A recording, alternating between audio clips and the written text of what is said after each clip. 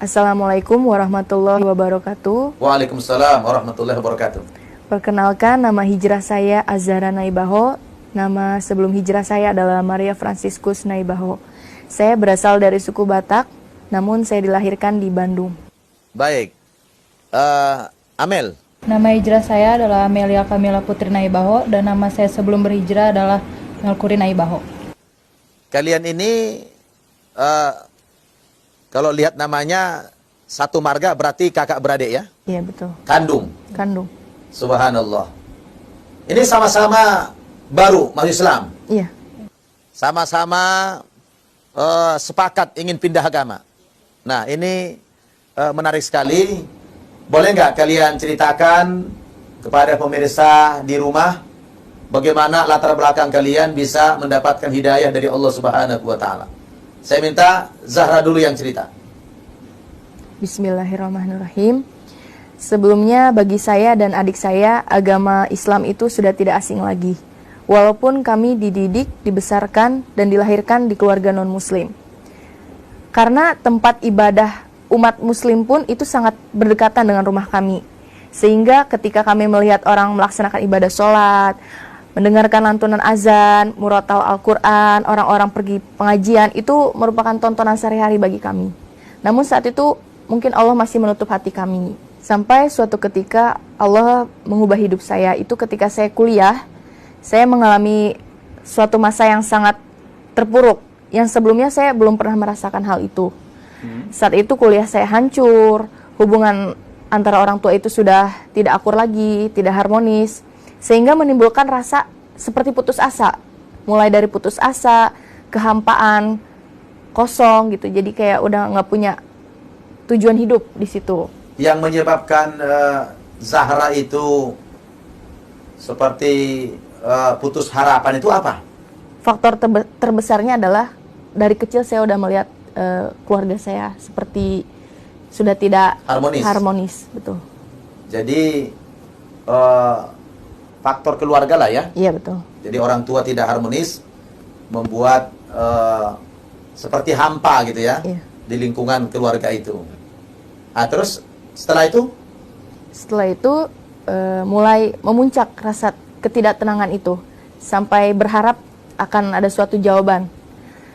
Akhirnya Allah menjawab ketidaktenangan saya itu ketika saya bangun dari tidur saya membuka mata, pertama kali suara yang saya dengar adalah azan subuh.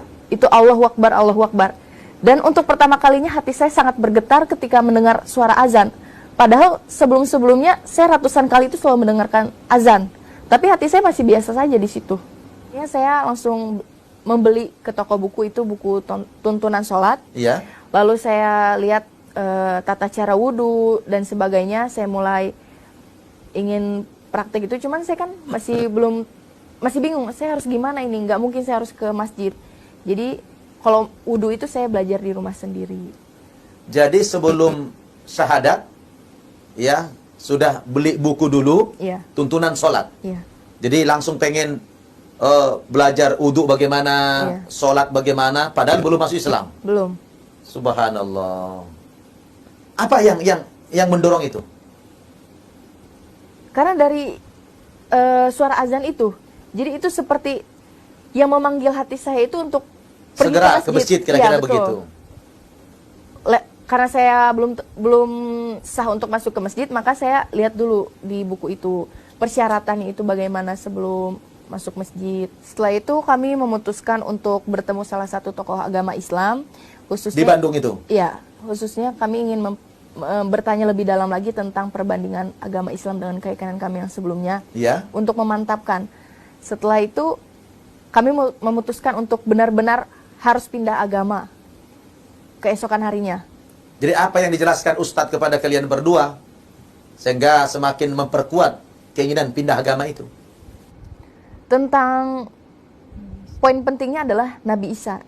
Ternyata Islam selama ini mengimani Nabi Isa. Yang di agama kami sebelumnya itu beda. Dianggap Tuhan. Dianggap Tuhan. Jadi maksudnya kok lebih logik gitu Islam itu. Langsung bersyahadat atau bagaimana? Keesokan hari kita bersyahadat. Bersyahadat di mana itu? Di Masjid Bandung. Masjid Bandung. Dituntun sama ustadz. Iya, betul. Nah, apa ada dulu briefing atau penjelasan sebelum disyahadatkan atau bagaimana? Sebelum syahadat kita ditanya dulu apakah ini ada unsur doktrin, unsur pemaksaan. Kami jelaskan tidak ada, ini berasal dari hati nurani kami sendiri. Iya. Setelah kami bersyahadat, kami di briefing kembali agar kami tetap istiqomah, agar tetap berpegang teguh pada keyakinan Islam yang saat ini yang kami jalani, Iya. supaya tidak murtad kembali. Kalian berdua menghadap dengan ustadz tersebut. Iya, betul. Iya. Setelah di briefing lalu dituntun Iya. mengucapkan 2 kalimat syahadat. Iya. Baik. Setelah syahadat apa yang dilakukan? Setelah syahadat di briefing, akhirnya kami pulang ke rumah. Kami masih belum berani untuk menjelaskan, memberanikan diri, mengakui kami sudah masuk Islam Kepada orang tua. kepada orang tua. Jadi seakan-akan di rumah masih belum terjadi apa-apa. Nah, terus? Sampai saatnya ada hari raya besar agama keyakinan kami yang sebelumnya. Di situ saya melarikan diri karena memang sudah tidak ingin berada di zona itu lagi, sehingga menimbulkan suatu kecurigaan Dari orang tua. dari orang tua saya. Padahal sebelumnya itu kalian berdua biasa ikut hari besar tersebut. Iya, betul. Tapi hari itu enggak mau. Enggak. Menghilang. Iya. Sampai suatu ketika kakak saya menemukan di tas saya ada mukena, dan di situ terjadi suatu masalah yang sangat besar antara saya dengan orang tua. Di situ kita benar-benar marah, emosi gitu. Sampai keesokan harinya tiba-tiba orang tua saya mendatangkan 2 laki-laki. Itu saya tidak mengenal. Lalu tiba-tiba datang juga mobil 2 parkir di depan rumah saya. Itu saya juga ini bertanya-tanya, ini maksudnya apa? Saya disergap oleh saudara saya. Kemudian saya dipukul, saya ditampar, diperlakukan secara tidak manusiawi hanya karena saya pindah agama. Saya tidak diberi waktu untuk menjelaskan kenapa saya masuk Islam. Saat itu pun orang tua saya masih berdiam. Mereka tidak membela saya. Mereka tidak memberi space untuk, sudahlah, berikan sedikit dia untuk berbicara. Saya dijebak di situ. Akhirnya saya dibawa ke tempat rumah pemulihan orang depresi. Ternyata mereka mengklaim bahwa saya itu gila, saya depresi. Dianggap depresi Iya, gitu. betul. Nah.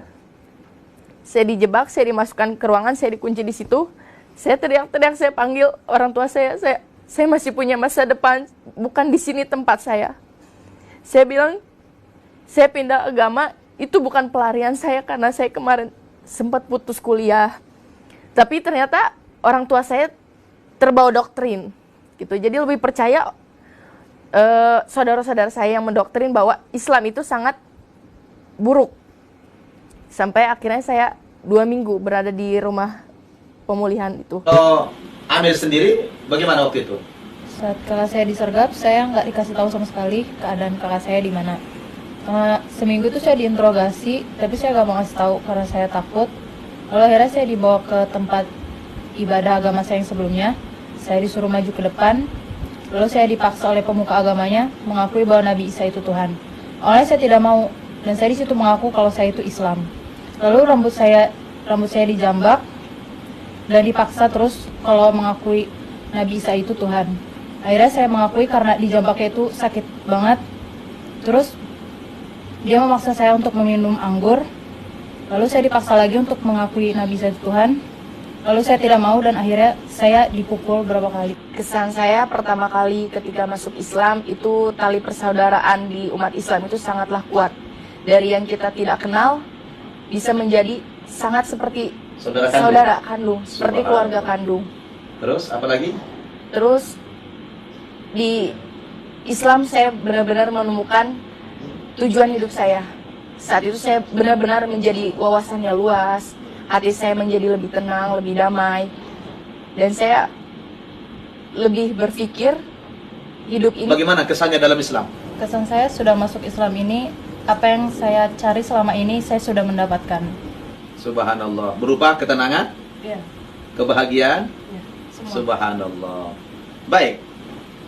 Sekarang saya ingin minta apa pesan-pesan kalian berdua nih pada orang Islam maupun kepada keluarga?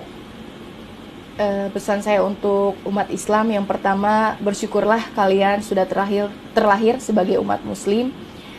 Jangan pernah sia-siakan hidayah itu.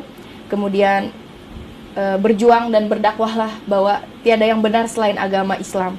Allahu Akbar. Kemudian rangkul para mu'alaf, lindungi kami sebagai mu'alaf. Subhanallah. Terus kalau pesan kepada keluarga? Pesan kepada keluarga, yang pertama, untuk mama sama papa, saya mohon maaf untuk selama ini masih belum bisa memberikan yang terbaik. Mungkin waktu itu hidup saya hancur.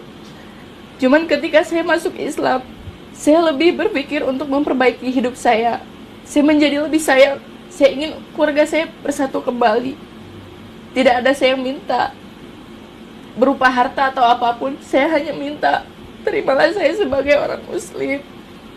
Terimalah ketenangan yang sudah saya dapatkan. Beri kesempatan saya menunjukkan ketika saya masuk Islam, saya bisa menjadi lebih baik lagi. Saya minta juga, hindarilah dogma atau doktrin stigma negatif tentang Islam. Karena kalian belum tahu sebenarnya Islam itu sangat indah dan damai. Itu saja yang bisa saya sampaikan.